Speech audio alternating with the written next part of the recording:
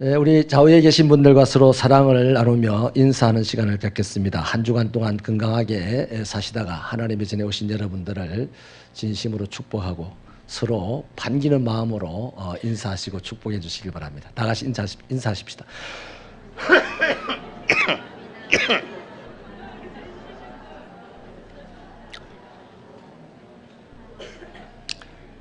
굉장히 조심스러우네 인사다. 뭐 잘못 인사하면 두드려 팬답니까 누가?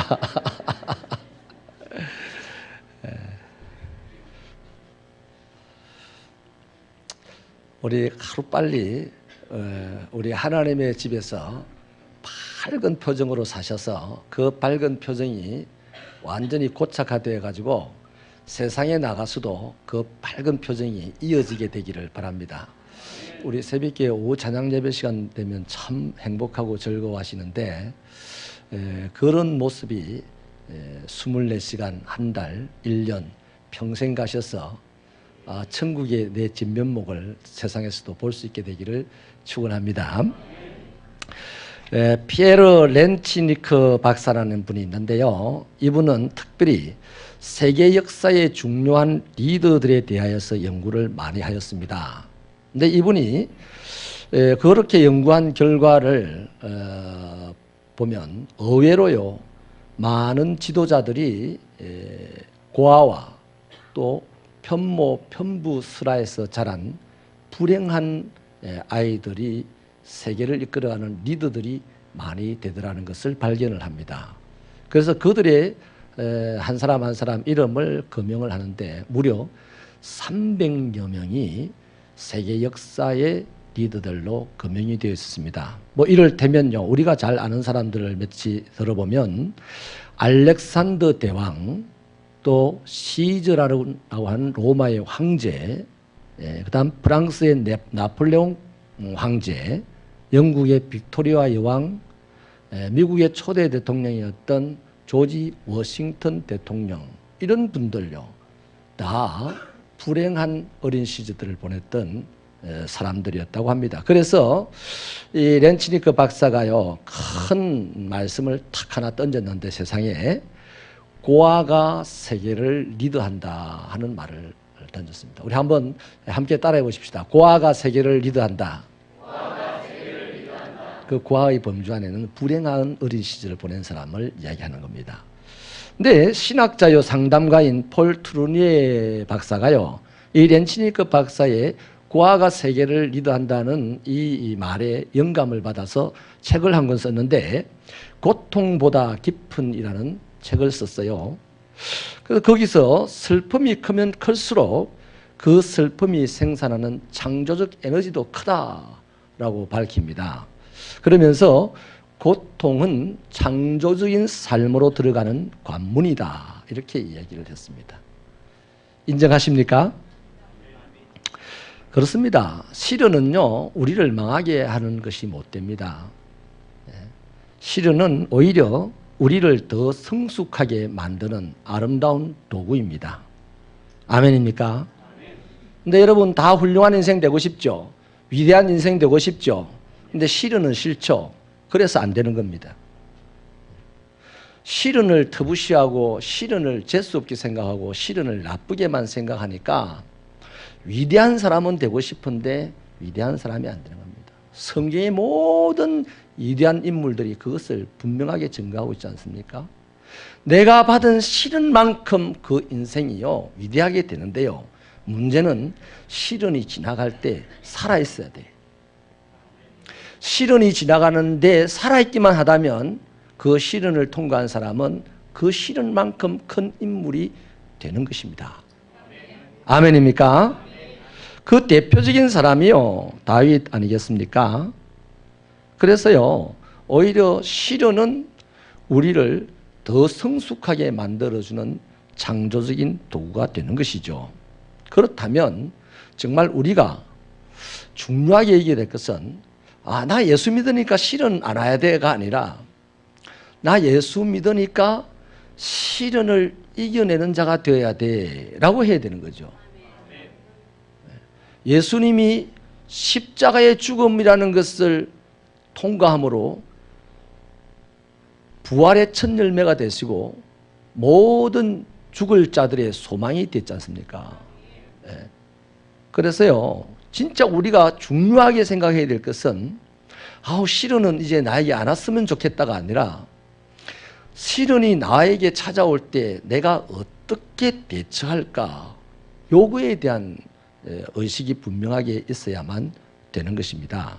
오늘 본문은 다윗을 통하여서 그 비결을 가르쳐 줍니다. 시련을 당할 때 위대한 자가 되려면 이렇게 대처해라, 이겁니다. 그래서 시련을 당하는 성도의 덕목이라는 제목으로 말씀을 드리죠. 첫째는요, 내가 시련을 당할 때 그 시련을 이겨내려면 부르짖어 기도해야 됩니다. 1절 2절 말씀을 우리 힘차게 읽어보실까요? 부르짖을 정도는 아니랄지라도 아주 그런 마음으로 힘차게 읽겠습니다. 1절 2절 시작.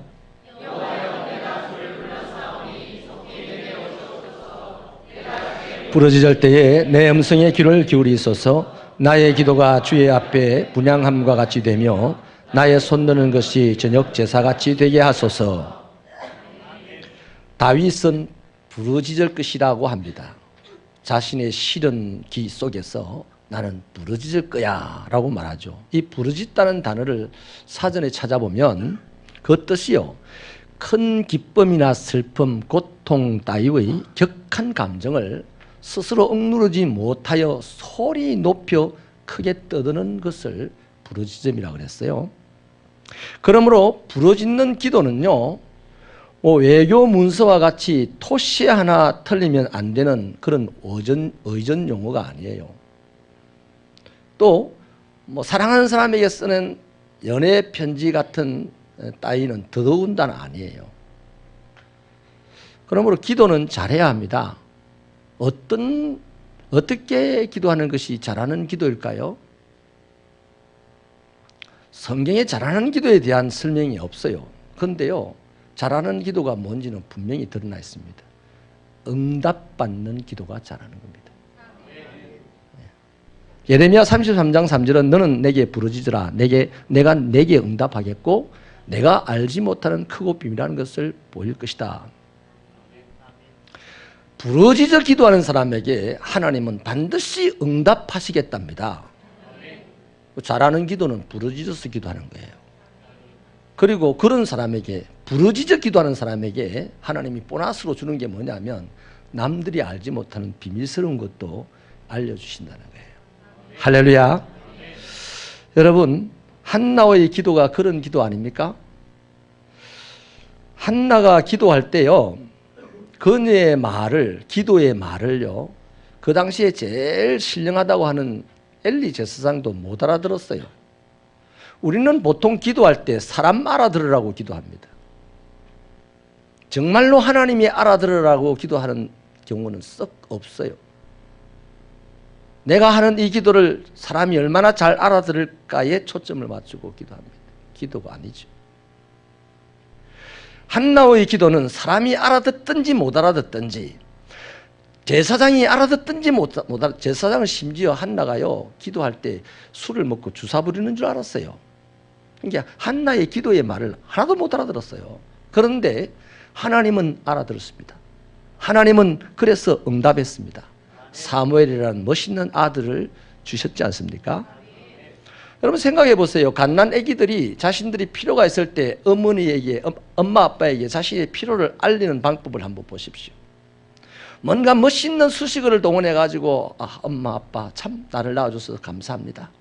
내가 지금은 비록 어리지만은 장차 자라나서 엄마 아빠에게 큰 보람을 드릴게요. 그 갓 태어난 아이가 그렇게 멋있게 얘기합니까? 안 해요. 갓 태어난 아이는 그저 울고 불고 난리를 치는 것으로 자기 필요를 알립니다. 그러면 엄마 아빠는 그걸 다 알아서 해결해 줍니다. 이 갓난 아이의 순수한 기도의 믿음이 오늘 이 시대를 살아가는 그리스도인들에게 정말 필요합니다. 너무 아는 것이 많아가지고, 너무 좋은 말들이 많아가지고, 하나님은요, 좋은 말 하나님 앞에 그렇게 좋게 느껴지겠습니까? 하나님이 언어를 만드신 분인데, 우리가 아무리 아름다운 말로 하나님께 높여드린다 해도 그것이 정말 하나님 나라에서 정말로 아름답겠습니까? 그래서 여러분 이렇게 볼 때요, 바리새인들의 기도는 겉보기에는 굉장히 좋고 화려했습니다. 정말 멋있게 기도했고요, 믿음 있는 것처럼 기도했는데요, 추하기가 짝이 없어요. 그런데 세리가 기도하니까요, 세리의 기도는 뭔가 어려워 보이고 말인지 뭔지 모르겠고 떨고 가슴을 치고 기도 같지 않게 시덥지 않게 기도한 것처럼 보였는데 예수님은 그 세리를 칭찬했습니다. 그러니 여러분, 부르짖어서 기도한다는 것은 우리 사람들의 상한 심령의 간절한 표현 아니겠어요? 하나님께서 구하시는 제사 중에 첫 번째가 상한 심령이라고 했습니다. 그러니 내가 오늘 부르짖어서 기도한다면 시련 가운데 있는 내가, 어려움 가운데 있는 내가, 억울한 일을 당한 내가 그것을 해결하기 위해서 하나님께 부르짖어 기도한다면 하나님은 들으시고 응답해 주실 것이 틀림이 없죠. 그러면 우리는 그 시련과 그 어려운 일들과 그 억울한 일들 속에서 벗어나게 되고, 벗어나면 이긴 자의 칭호를 받게 되고 그 사람을 따르는 무리들도 많아지게 되는 것은 당연합니다. 오늘 본문의 다윗은요, 자신의 부르짖는 기도가 어떤 기도이기를 바랬느냐 하면 주 앞에서 분향하는 것과 같이 되며 저녁 제사같이 되기를 바랐습니다. 이 말은요, 이 분향이라는 것은요, 그 당시에 반드시 아침과 저녁에 제사장이 흔들어서 하나님께 드리는 거예요, 연기를. 그리고 영원히 그것을 관리하고 지키면서 아침 저녁으로 드리는 겁니다. 그게 분향입니다. 또 저녁 제사 같다는 말은 뭡니까? 저녁에 드려지는 제사에는요, 떡이 있는데요, 떡을 드리는 거예요, 저녁에 진설병을. 그런데 그 떡에는 누룩과 향을 섞지 않습니다. 그러니까 다윗이 자신의 기도가 저녁 제사 같기를 바란다는 말은 하나님을 향한 자신의 기도가 누룩처럼 쓸데없는 거짓으로 부풀려지거나 사치스러운 말과 생각으로 꾸며지는 것을 원치 않는다는 겁니다. 오늘 우리 이 시대를 살아가는 많은 그리스도인들이 신앙의 연수가 길면 길수록 쓸데없이 사치스러운 말을 많이 붙이게 되고 뭔가 자기 생각을 많이 부풀려서 쏟아놓는 그런 기도의 행태를 많이 보이고 있습니다. 그래서 이 마지막 시대에 주여 주여 하는 자는 많지만은 하나님의 역사가 일어나는 경우는 너무나 가뭄에 콩나듯이 빈약하다 하는 것입니다. 사랑하는 여러분, 오늘 우리는 하나님의 자녀로 택함을 입은 사람들이 틀림이 없습니다. 세상에 살지만 결코 세상에 속하지 않은 천국 시민들입니다. 그래서 우리를 갖다가 성도라고 그러는데요, 여러분 솔직한 얘기로 시장에서 만나가지고요, 집사, 장로, 목사보다 훨씬 더 거룩한 이름이 성도예요.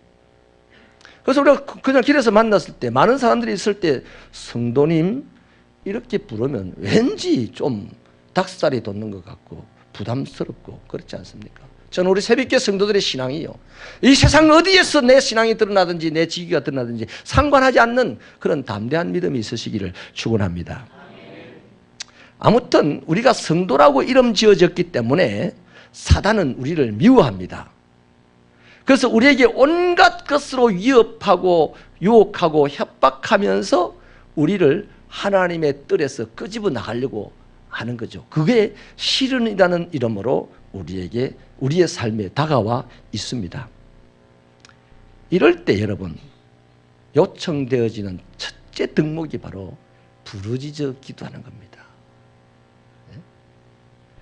그래서 부르짖는 기도는요, 말의 분량이나 시간의 기도의 시간에 있지 않습니다. 길이에 있지 않습니다. 그냥 제사 때 드려지는 한계와 같고 제물과 같아야 하는 것이죠. 생각을 해보십시오. 새는 날개가 있어요. 날개는 새의 몸뚱이보다도 더 큽니다, 부피가. 그래서 무거워요. 그러나 그 무거운 날개 때문에 새는 하늘을 날아갑니다. 기차에는 화통이 있습니다. 하통은 생각보다 뜨겁습니다. 그러나 그 뜨거움 때문에 귀차는 질주하게 됩니다. 아멘입니까? 여러분 마찬가지입니다. 피곤하고 힘들고 어려운 우리들의 이 세상 이 삶의 여건 속에서요, 내가 성도이기 때문에 기도한다는 것은 쉽지 않습니다. 더더군다나 이 어려운 시기에 성도이기 때문에 부르짖어 기도한다는 것은 쉽지 않은 정도가 아니고 어렵습니다. 그래서 오늘 이 시대를 살아가는 성도들이 제일 잘하는 기도가 가만히 눈을 감고 이하동문입니다. 그게입니다. 그리고 조금 더 나아가면 묵상기도 합니다. 처음에 시작은 주님을 생각하는 기도였는데 눈을 감고 주님 생각하다가 사람 생각나고 세상 생각나고 그거 집집안에 잡으는 거죠. 조는 거죠. 너무나 기도하는 것이 쉽지 않고 부르짖어 기도한다는 것은 정말 어려운 일이지만은 우리가 성도이기 때문에 하나님의 나라에 들어가야 되고, 성도이기 때문에 이 어려운 시대를 이기고 이 어려운 시대에 살아간 사람을 살리는 자가 되어야 됩니다. 그래서 그것을 하기 위한 힘이 뭐냐? 우리가 힘들어하는 기도라는 것입니다. 시편 50편 15절에요 환난 날에 나를 부르라. 이 부르란 말은 크게 부르라는 얘기입니다. 내가 너를 건지리니 내가 나를 영화롭게 하리라 하고 말씀하셨습니다. 사랑하는 여러분, 오늘 우리는 이 시대를 어렵다고 합니다. 어렵다는 사실은 모두가 압니다. 정신 이상자가 아니면요 다 압니다. 어려운 것을. 제가 가장 마음이 무거운 점이 그겁니다. 이 시대가 어렵다는 사실을 세상도 알고 그리스도도 아는데, 그리스도인은 달라야 할 점이 뭡니까? 이 어려운 시대에 어렵다. 그러므로 우리가 부르짖어 기도해야 될 때다는 사실을 알아야 되잖아요. 세상은 어렵다고 죽습니다. 그러나 그리스도인은 어려워도 죽을 수가 없어요. 성공해야 합니다. 그러기 위해서 뭐 해야 됩니까? 평상시에 기도하던 사람이 이렇게 어려울 때는 부르짖어서 기도해야 되는 것이죠. 그래서 저는 다음 주에요 11월 첫 주 지난 월요일부터 한 주간 동안 저녁 8시 반을 남편 사랑 특별 저녁 기도회로 여러분들을 초대합니다. 이 어려운 때에 우리들의 남편이 세상 가운데서 휩쓸리지 아니하고 기죽지 아니하고 하나님이 주시는 영적인 에너지로 당당하게 살아갈 수 있는 남편이 되고, 언젠가 내 남편이 세상 가운데서 세상을 주름잡고 이끌어가는 남편 되기를 바라신다면 내조 잘하십시다. 기도로서 부르짖어 기도함으로써 멋지게 내조 한번 하십시다. 그래서 한 주 전에 미리 스케줄 잘 잡으시라고 이렇게 광고를 땡겨서 했습니다. 우리 남편 여러분이요, 아내가 이렇게 부르짖어 기도하여서 여러분들을 내조하는데, 여러분도 등당한 한쪽 날개를 펄럭거리면서 아내가 왼쪽 날개를 펄럭거리며 기도한다면 남편 여러분들도 오른쪽 날개로 펄럭거리며 부러지셔야 되지 않겠습니까? 그래서 두 날개로 부러지져 올라갈 때에 온갖 창공이 캄캄하다 할지라도 그 너머에 있는 밝은 빛으로 나아가서 그 빛을 다시 안고 돌아오지 않겠습니까? 초대합니다. 그래서 저는 이번 한 주간 동안 여러분에게 열심히 이 영업을 하겠습니다. 기도회에 초대합니다 하는 일을 하도록 하겠습니다. 협조해 주시기를 축원합니다. 두 번째로요, 이 시련기에 시련을 극복하고 승리하는 자가 되려면 말의 실수가 없어야 합니다. 3절 말씀을 같이 읽어보실까요? 3절 시작. 아멘. 여러분, 우리는요 어려움에 직면하게 될 때에 자신을 어려움의 궁지 속으로 몰아넣었던 사람들이 잘 보입니다. 어려움에 직면하는 순간 하나님이 짠하고 잘 보여야 되는데 오히려 나를 어렵게 만든 사람이 잘 보입니다. 그래서 그 사람에게 우리는 원망하고 그 사람을 저주하기도 하고 그렇게 하기가 쉬워요. 안 됐지만은 그렇게 한들 무슨 소용이 있습니까?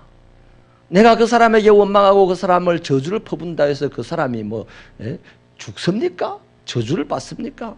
몰라. 받을 수도 있겠죠. 그러나 그보다 먼저 내가 찝찝하고 내가 잠이 안 오고 내가 피곤해지고 내 속에 암세포들이 활성화하기 시작하고 그렇습니다. 그 사람보다 먼저 내가 상하게 되는 것이죠. 아멘이십니까? 그런 거로 여러분, 내 자신만 더 초라해지고 더 어려워지게 되는 것이니 내가 어려움을 당할 때 이 말 조심을 해야 하는 겁니다. 우리가 하나님의 자녀인 이상 앞서 말씀을 드린 대로 세상은 우리를 미워하게 되어 있습니다. 그래서 내가 성도이기 때문에 사람들에게 억울한 일을 당하고 사람들에게 미움을 당하는 것은 지극히 당연한 겁니다. 아멘입니까? 그래서 베드로 사도는 너희가 세상에서 고난을 당하는 것을 이상스럽게 생각하지 마라 그랬어요.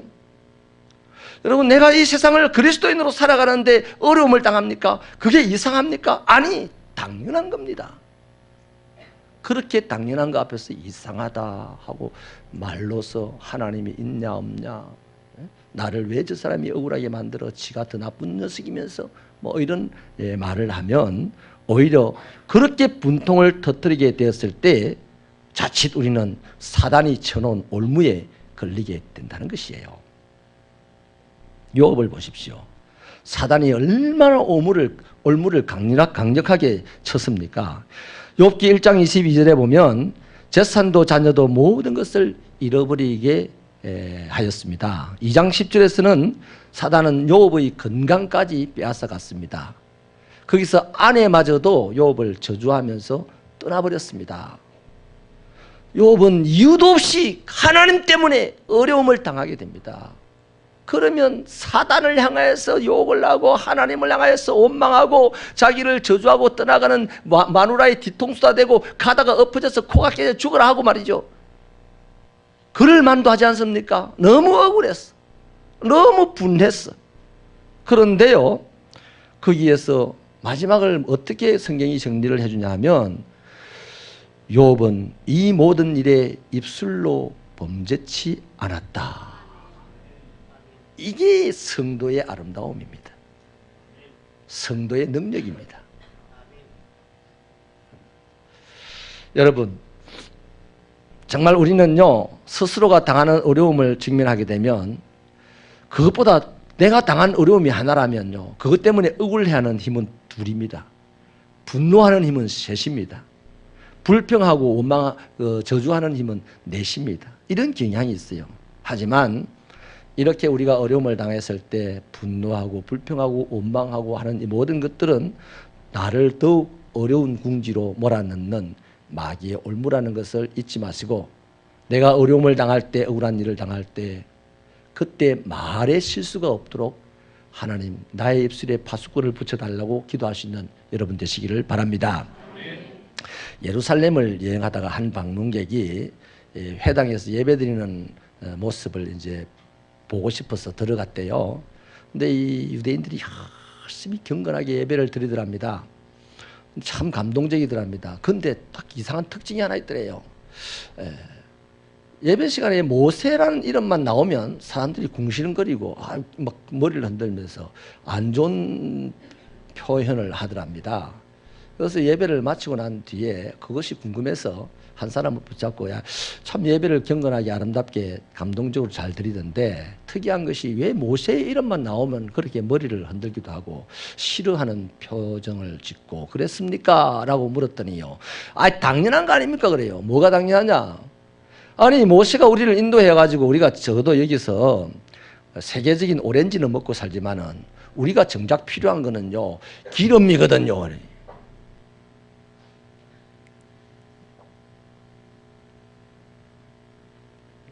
이 사우디아라비아나 팔레스틴 쪽으로 우리가 안 가보니 별로 이해가 안 된다. 가나안 땅에는 기름이 없어요. 그런데 그 옆에 사막에는 기름이 가득한 기라 지금. 그래서 가나안 땅에는 막 물구멍을 파고 샘물에서 수도로 물을 끌어오고 온갖 땀을 흘려가지고 겨우겨우 오렌지 맛있는 거 하나 먹어요. 그런데 저 사막에 있는 사람들은 막 가만히 있어도 막 벙벙 기름이 나와가지고 막 어마어마하게 행복하게 잘 살거든요. 그러니까 우리가 필요한 것은 그 땅인데 모세가 이 땅으로 인도해가지고 지금 우리가 이렇지 않냐는 그 불평이었습니다. 이것은 여러분 망발입니다. 여러분, 이스라엘 백성들이요, 하나님께서 하신 말씀이 너희가 내게 말한 대로 너희 말이 내 귀에 들린 대로 시행하리라 그랬어요. 그 망발 아닙니까? 그것도 하나님이 그들을 그냥 뽑아가지고 확 흩어버리면 지난 2000년 동안에 정말 고생해서 그 땅을 얻었는데 말이야. 또 잊어버릴 소리를 하고 있다는 거예요. 예수님 시대에도 마찬가지입니다. 예수님이 십자가에 못 박기 전에 빌라도의 뜰에서 재판을 받을 때 뭐라고 합니까? 빌라도가 가능하면 재판을 안 하려고 하니까 저 사람을 십자가에 못 박아라. 저 사람을 십자가에 못 박아라. 저 사람의 핏값을 우리와 우리 자손의 머리에게 돌려라. 이렇게 아우성을 칩니다. 그래서 빌라도가 뭐라고 합니까? 확실하게 말했지 하고서 땅 때리고는 손을 씻어버립니다. 이 핏값이 저들에게 돌아가라고 한 거죠. 어떻게 됩니까? 2차 세계대전 때 유난히 유대인이 죽음을 많이 당하는데 1000만 명 이상이 그 2차 대전 기간 동안에 죽었습니다. 여러분, 이게 전쟁 역사 속에 우연하게 일어난 일이라고만 생각합니까? 안 믿는 사람은 그렇게 할 거예요. 그러나 우리는 하나님의 말씀을 믿는 사람들 아닙니까? 그들이 망발을 하니까 망발대로 하나님께서 이루어지게 한 거 아닙니까? 제가 친하게 지내는 목사님 한 분이요, 이런 간증을 하더라고요. 부목사일 때 서울에서 열심히 교회를 섬겼답니다. 근데 담임 목사님하고 갈등이 있어가지고 그냥 여름 수련회 좀 끝날 쯤에 집에서 식사를 하면서 교회 그만둬야 되겠다, 사표 내야 되겠다라고 얘기를 하니까 부인이 여보 쉽지 않을 텐데 좀 더 신중하게 생각을 하고 결정을 하세요라고 부인이 충고를 해줬죠. 그 말을 받았어요. 뭐라고 얘기를 했냐면 이분이 그랬답니다. 이까짓 교회 내가 그만둔다 그랬답니다. 그래서 다음 주일날 가가지고 사표를 써버렸대요. 연말까지만 하고 사임하겠습니다. 그때부터 열심히 이제 이 교회 저 교회 이력서를 넣었는데요. 12월 말이 다 되어 가도록 15교회에 가서 선을 봤는데, 선을 보러 오랬다는 말은 가능성이 있다는 얘기 아니겠어요? 희망 고문을 엄청 당한 거죠. 15번을 교회에 가서 선을 봤는데 안 되더랍니다. 12월 마지막 주일이 됐는데 이제 내 다음 주면 나가야 되는 게, 교회를 떠나야 되는 거예요. 갈 데는 없어요. 너무 힘이 들어가지고 하나님께 기도합니다. 하나님, 도대체 왜 내가 이렇게 어려움을 당합니까? 갈 곳이 왜 이렇게 없습니까? 그때 하나님께서요, 망치로 때리듯이 생각나는 말이 있더랍니다. 네가 여름 말무렵에 이까짓 교회라고 했지. 네가 나의 교회를 이까짓 교회라고 하는 내까짓 놈에게 내 교회를 맡길까 보냐? 나의 교회를 이까짓 교회라고 폄하하는 너에게, 너 같은 놈에게, 니까짓 것에게 내 교회를 맡길까? 충격을 받고 꼬꾸라졌답니다. 그리고 당장 서울이 아닌 아주 지방에 있는 조그마한 교회 이력서를 내고 겨우 왔다는 얘기를 들었습니다. 여러분, 이 말 한마디, 하나님의 백성이 아니라면 죽고 사는 것도 관심이 없는 자들이니까 마음대로 말하고 살았겠지만은, 하나님의 사람들이라면 마음대로 내 하고 싶은 대로 말하고 살 수가 없어요. 주님이 원하시는 말을 하려고 노력을 해야 하는 거예요. 주님께서는 원망하지 마라, 불평하지 마라. 원망하면 스스로 망한다. 불평하면 평안하던 집에 불난다 라고 말하셨어요. 아멘입니까? 아멘. 그러므로 우리는 어려운 일을 당할 때 말 조심해야 하는 겁니다.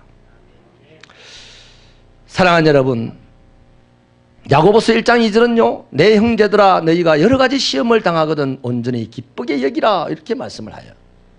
여기 시험을 당하거든, 이 말은요, 하나님이 시험을 한다든지 마귀가 유혹한다든지 이게 아니에요. 이 시험은 어려움을 당하거든이라는 말입니다. 그러니까 여보시오, 어려움을 당하거든 온전히 기쁘게 여기세요, 그런 말씀이에요. 그러니까 하나님의 사람들이라면 어려움을 당할 때 기뻐할 줄 알아야 되는 거예요. 근데 사실 그게 쉽지 않잖아요. 거기까지 우리가 이럴 만큼 영적 역량이 부족하다면 괜찮아요. 그러나 말의 실수는 안 해야 돼. 어려움을 당했을 때 내가 기뻐하는 데까지는 이르지 못할지언정 말의 실수는 안 해야 된다, 이 말입니다. 할렐루야. 말의 실수가 없었어 하나님이 축복하시는 말씀으로 살아가는 저와 여러분 되시기를 축원합니다. 세 번째는요, 죄악의 세력과 결탁하지 않아야 합니다. 우리 4절 말씀 힘차게 읽어보실까요? 4절 시작.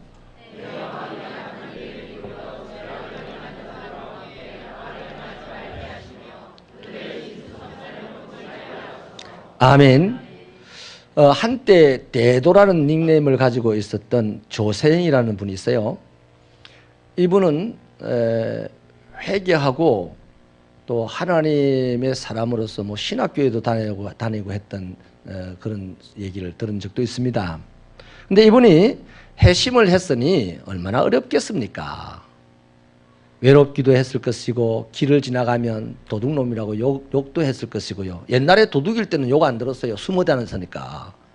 그런데 이제 지금 회심했으니까 백주에 대낮에 다녀야 되니까 도둑놈이라고 얼마나 많은 사람들이 욕을 했겠어요. 그러니까 외롭고 조롱받고 또 가난하게 살아야 되고 옛날보다 너무너무 힘들었을 겁니다. 그런데 이렇게 힘든 시절에 자꾸만 그때 도둑질 하던 시대는 그래도 힘은 안 들었는데 그런 생각들이 계속 속에서 있었겠죠. 이때 마귀가 그를 유혹을 하는 거죠. 한 번만 하고 깨끗하게 살아라. 그래서 그 유혹에 넘어가서 지금도 대도라는 이름을 가진 자가 좀도둑질 하다가 얼마 전에 잡혀 들어갔어요. 좀도둑하다가. 마태복음 12장 23절 이하에 보면 더러운 귀신이 사람에게서 나갔을 때에 물 없는 곳으로 다니면서 시기를 구하였는데 쉴 곳을 찾지 못하자 다시 옛날에 있던 그 사람에게로 돌아가 봅니다. 그런데 가서 보니까 이게 소재가 되고 수리가 되어 있어 가지고 할 수 없이 못 들어갑니다. 그래서 다시 나가서 자기보다 더 악한 귀신 7을 데리고 함께 이제 거기로 들어가니까 그 사람의 형편이 더 뭐 나빠졌다는 얘기를 예수님이 하시지 않습니까? 여러분, 성도들이요, 세상 살아가면서 내가 이제 예수 믿고 제대로 예수님 따라 살려고 결심을 하고 가는 게 성도들의 삶인데, 그러니까 어려워요. 세상살이가 어려워요. 근데 이 세상살이의 어려움을 모면한다는 것은 간단합니다. 그냥 이 어려운 세상 쉽게 살기 간단해요. 사기 한 판 크게 치면 그만입니다. 악한 사람들과 어울려서 함께 먹으면 그만입니다. 어렵지 않습니다. 다시 말하면 하나님의 품 안에 사는 것은 좁은 문으로 들어가는 것이요, 그 생명의 길로 간다는 것은 쉽지 않습니다. 그래서 하나님을 짝하지 않고 세상과 짝하여 살면 세상살이가 너무 쉬워요.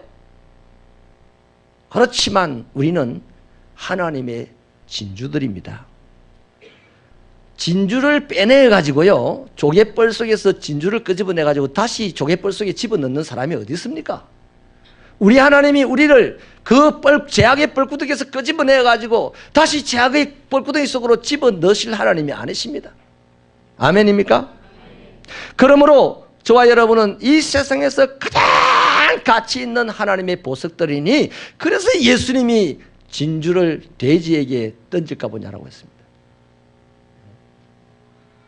저와 여러분이 이 세상에 살아가는 성도로 살아가는 것이 힘들다고 세상과 짝하고 세상의 죄악과 결탁하여 산다면 우리는 그렇게 다시 더 악한 사람들로 변질될 수밖에 없는 것이죠. 여호사밧이라고 하는 왕이요, 이스라엘의 아합 왕과 동맹을 맺어요. 사돈이 되어서 동맹을 맺습니다. 이유는 그 당시 아합 왕이 힘이 세었기 때문입니다. 그래서 이 힘센 왕과 동맹을 맺으면 내 나라가 좀 안전하겠지라는 생각을 하고 동맹을 맺었는데, 하나님에게 이 아합 왕이요, 저주를 받은 왕이거든요. 하나님의 노를 격발시킨 왕입니다. 그러니까 반드시 하나님은 언젠가 이 아합 왕을 멸망을 시켜야 되는데, 어느 날 결혼식을 딱 마치고 얼마 안 있어서 아합 왕이 공교롭게 딱 불러요. 우리 함께 전쟁에 나가자. 여호사밧이 어쩔 수 없어서 같이 갑니다. 거기 갔다가 죽을 뻔했어요. 그렇습니다. 하나님의 저주를 받은 세상과 짝하면 세상에서 죽을 고생을 한다는 말씀입니다. 아멘이십니까? 그 좀 힘들어도 끝까지 하나님과 짝하면서 살아야 될, 그게 바로 이 어려운 시대에 우리들의 삶의 덕목이라는 겁니다. 요셉을 보십시오. 요셉이 보디발의 아내와 더불어서 짝하였다면 인생을 참 수월하게 살았을 겁니다. 예? 안 잡히기만 하면 부잣집 여인의 기둥서방이나 아니면 애굽에 잘 나가는 제비족 됐겠죠. 총리는 절대 될 수가 없잖아요. 여러분, 죄악이 아무리 하려하여도요, 한순간의 불섭과 같은 겁니다. 반대로 진리는 아무리 보잘것없어 보여도 영원히 있는 것입니다. 그러니 저와 여러분, 잠깐 있다가 없어질 이 세상의 죄악된 것들과 결탁하여 세상을 수월하게 살기보다는 조금 어렵게 살더라도 진리와 함께 살아서 영원히 죄악에 대하여 자유하시고 생명을 누리시는 저와 여러분이 되어야 마땅할 줄로 믿습니다. 그래서 다윗은 시편 1편에서 복 있는 사람을 뭐라고 합니까? 악인의 꾀를 쫓지 않고 죄인의 길에 서지 않고 오만한 자의 자리에 앉지 않는 자라고 했습니다. 그래서 그들은 여호와의 율법을 즐거워하여서 낮이나 밤이나 그 율법을 묵상한다고 했습니다. 그러므로 성도에게 있어야 하는 것은요, 이 어려운 시대에 성도에게 있어야 하는 것은 세상과 야합하여 어려움을 모면하는 재주, 꾀가 아니라, 우리 성도들에게는 꾀가 아니라 이 어려운 세상에 주님 때문에 견딜 수 있는 인내가 필요한 거예요. 말씀을 마치겠습니다. 이사야서 43장 1절로 3절의 말씀이 이렇습니다. 야곱아, 너를 창조하신 여호와께서 지금 말씀하신다. 이스라엘아, 너를 지으신 이가 말씀하신다. 너는 두려워하지 마라. 내가 너를 구속하였고 내가 너를 지명하여 불렀나니 너는 내 것이다. 내가 물 가운데로 지날 때 내가 너와 함께 할 것이다. 강을 건널 때 물이 너를 침몰하지 못할 것이다. 내가 불 가운데로 지날 때 타지도 아니할 것이다. 불꽃이 너를 사르지도 못할 것이니 대저 나는 여호와 너의 하나님이요 이스라엘의 거룩한 자요 내 구원자이다. 여러분들이 이 말씀을 들으면서요, 딱 포인트를 잡는 데가 어디예요? 불이 나를 사르지 못한다. 물이 나를 엄몰치 못한다. 여기가 우리가 주로 잡는 포인트입니다. 그런데요, 그 포인트 전에 한 포인트가 더 있습니다. 불이 너를 덮칠 것이다. 물이 너를 덮칠 것이다 입니다. 맞습니까? 이 세상을 살아가는 모든 사람, 신불신자를 막론하고 불같은 어려움과 홍수 같은 시련들이 덮쳐오게 되어 있습니다. 그런데 우리는 예수 때문에 그걸 까마득히 잊어버립니다. 그 말은 재수없어 합니다. 소용없어요. 불같은 시련과 홍수 같은 환난이 모든 사람들에게 밀어닥칠 것인데 그것들이 너희들의 생명을 어찌하지 못한다는 얘기입니다. 왜입니까? 사람의 살고 죽는 것은 하나님에게 달려있어요. 그래서 저는 체험도 해봤지만은 병이 우리를 죽이지 못합니다. 가난이 우리를 죽이지 못합니다. 우리를 죽이시는 이는 오직 한 분, 하나님이십니다. 하나님은 당신을 의지하는 자를 절대로 죽이지 않습니다. 아멘입니까? 그러므로 오늘 우리 시대에 이 어려운 일들이 밀물처럼 밀려온다 할지라도 우리는 그것 때문에 안 죽어요. 그래서 오늘 우리에게는 기회가 온 겁니다. 시련은 지나가고 그 시련이 지나갈 동안에 내가 죽지 않고 살아있으면 시련을 이긴 자가 됩니다. 그래서 위대한 자가 되는 겁니다. 아멘입니까? 그래서 하나님의 백성들에 가는 길에 홍수도 있겠고 태풍도 있겠고 불의 재난도 있겠지만 그런 것들이 하나님의 백성들의 생명을 좌지우지 못하니 그러므로 너희들은 뭐 하라 이 말입니까? 불이 지나가고 물이 지나가고 할 때 그냥 가만히 있지 마라 이 말입니다. 부러지셔서 기도하라 이 말입니다. 말에 실수하지 마라 이 말입니다. 죄악의 세력과 결탁하지 마라 이 말입니다. 아멘이십니까? 이게 이 어려운 시대의 신자입니다. 여러분, 솔직히 좀 전에 말씀을 드렸지만 이 시대가 어렵다는 사실 누구나 다 압니다. 그러나 저와 여러분은 어렵다라는 말을 하기 전에 어렵다는 것을 알기 때문에 우리는 더한 것을 알아야 됩니다. 어려운 때에 부러지져 기도하면 산다. 어려운 때에 말실수하지 않으면 산다. 어려울 때에 제약의 세력과 결탁하지 않으면 산다. 그걸 알아야 됩니다. 그걸 말해야 합니다. 어려워 죽겠다는 사람 보고 어려워서 나도 죽겠다 이러면 둘 다 어디 누구에게 희망을 걸겠습니까? 내가 네 같은 사람에게 무슨 희망이 있겠어? 사랑하는 여러분, 제가 오늘 여러분에게 좀 강한 어필을 한다 할지라도 이해하시고 들으십시오. 이 시대의 신자가 누굽니까? 이 어려운 시대를 살아가는 신자가 누굽니까? 부러지적 기도하는 자가 신자입니다. 말을 실수 안 하려고 몸부림치는 자가 신자입니다. 어려움 가운데서도 제약의 세력과 결탁하여서 쉽게 살려고 하지 않는 자가 신자입니다. 그런 사람들이 살아가는 시대는 평화를 만들어 오는 시대가 될 것이고, 다시 한번 찬란한 영광이 꽃피는 시대를 만드는 사람들의 시대가 될 줄로 믿습니다.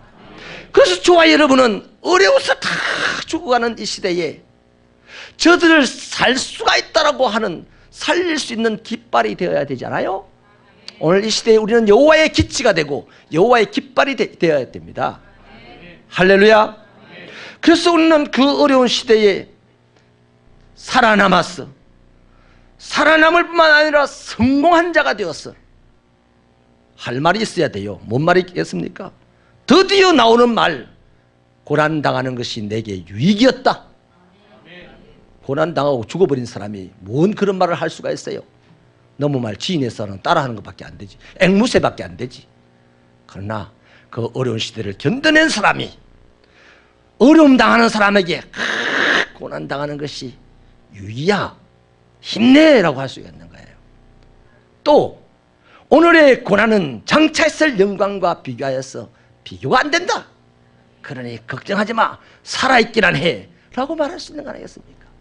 또 저건처럼 젊어서 고생은 사스도 한단다. 아이고 고생하다가요, 고생이 철도반죽이 돼가지고 자빠진 사람이 어떻게 그런 말을 할 수가 있어요?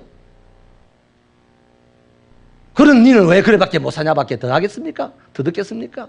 그러나 어려움을 이긴 자는 젊어서 고생 사스도 한단다 하고 격려해 줄 수가 있는 거예요. 멋진 사람 아닙니까? 오늘 이 시대는 멋진 사람이 나타날 수 있는 절호의 찬스입니다. 멋진 능력자, 위대한 영웅이 나타날 수 있는 절호의 기회입니다. 우리 새벽교회 모든 성도 여러분이 이 어려운 시대에 성도의 아름다운 덕목을 가지셨어. 부러지져 기도하시고 말에 실수 안 하려고 몸부림치시고 제약의 세력과 결탁하여 쉽게 살려고 아니하신다면 여러분이야말로 하나님의 깃발이 되어서 온 세상이 쳐다볼 수 있을 정도의 큰 깃발 소리를 내면서 살리는 영으로 살아갈 수 있을 줄로 믿습니다. 기도하십시다.